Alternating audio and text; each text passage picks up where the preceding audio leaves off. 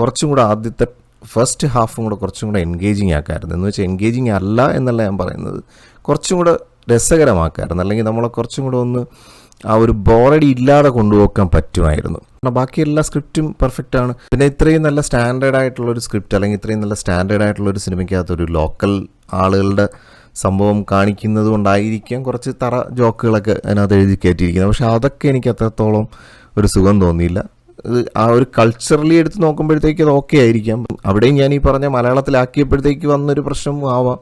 പക്ഷെ ആ സംഭവങ്ങളൊക്കെ സിനിമയ്ക്കകത്തുനിന്ന് ഒഴിവാക്കാമായിരുന്നൊരു സംഭവമാണെന്ന് എനിക്ക് ഫീൽ ചെയ്തു. അതൊക്കെ വെച്ച് തന്നെ സിനിമ കുറച്ചും കൂടെ ട്രിം ചെയ്യാനും പറ്റുമായിരുന്നു. പിന്നെ മേക്കിംഗ് എക്സ്ട്രാ ഓർഡിനറി ആയിട്ടുള്ള ഒരു മേക്കിംഗ് ഉണ്ട്.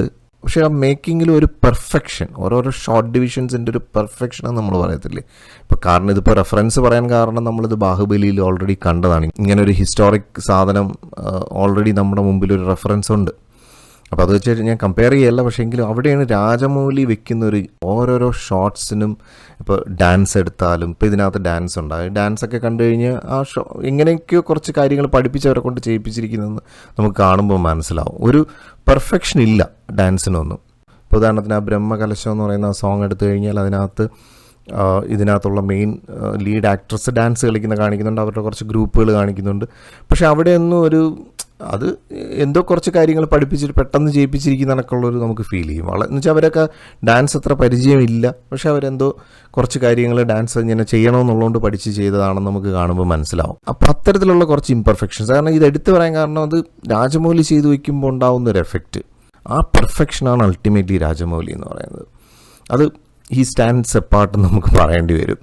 ഋഷഭ് ഷെട്ടിനെ കുറച്ച് പറയല്ല, കാരണം അദ്ദേഹമാണ് ഇതിൻ്റെ സ്ക്രിപ്റ്റ് എഴുതുന്നത്. സ്ക്രിപ്റ്റ് പിന്നെ കോർഡിനേറ്റ് ചെയ്യണം, ഇതിൻ്റെ സെറ്റ്, ഇതിൻ്റെ എല്ലാ കാര്യങ്ങളും പ്ലാൻ ചെയ്യാൻ. അതായത് ഡയറക്ടർ ഓഫ് ദ മൂവി എന്ന് പറയുന്നത് അതിൻ്റെ ഹാർട്ട് ആൻഡ് സോളാണ്. അപ്പോൾ ഇത്രയും ആക്ടിവിറ്റീസ് ഇതെല്ലാം കഴിഞ്ഞിട്ട് ക്യാമറയുടെ ഷോട്ട് പോലും പ്ലാൻ ചെയ്തെല്ലാം കഴിഞ്ഞിട്ട് വേണം അദ്ദേഹം ക്യാമറയുടെ ഫ്രണ്ടിൽ വരാൻ. അതായത് ബിഹൈൻഡ് ദ സ്ക്രീനിൽ എല്ലാ പരിപാടിയും ചെയ്ത് വെച്ചിട്ട് വേണം ഫ്രണ്ട് ഓഫ് ദ സ്ക്രീൻ വരേണ്ടത്. അപ്പോൾ അത് എനിക്ക് തോന്നുന്നു ലോകത്ത് ഇത്രയും വൃത്തിയായിട്ട് ഈ ഒരു ജോലി ചെയ്യുന്ന ഒരു ആക്ടറോ ഒരു ഡയറക്ടറോ ഒരു ടെക്നീഷ്യനോ ഒന്നും ചിലപ്പോൾ അദ്ദേഹത്തെ പോലെ ലോകത്തൊരു ആളുണ്ടാവുമെന്ന് എനിക്ക് തോന്നുന്നില്ല. അപ്പോൾ അത് അദ്ദേഹത്തിൻ്റെ മാത്രമുള്ളൊരു അനുഗ്രഹീതമായ സ്കില്ലാണ്. അപ്പോൾ അതിന് ഹാറ്റ്സ് ഓഫ്. അപ്പോൾ ഇത്തരത്തിലുള്ള ഇംപെർഫെക്ഷൻസ് എനിക്ക് പലയിടത്തും ഫീൽ ചെയ്തു. പിന്നെ അതിനെയൊക്കെ ഓവർകം ചെയ്യുന്ന രീതിയിൽ അദ്ദേഹം അഭിനയിക്കും.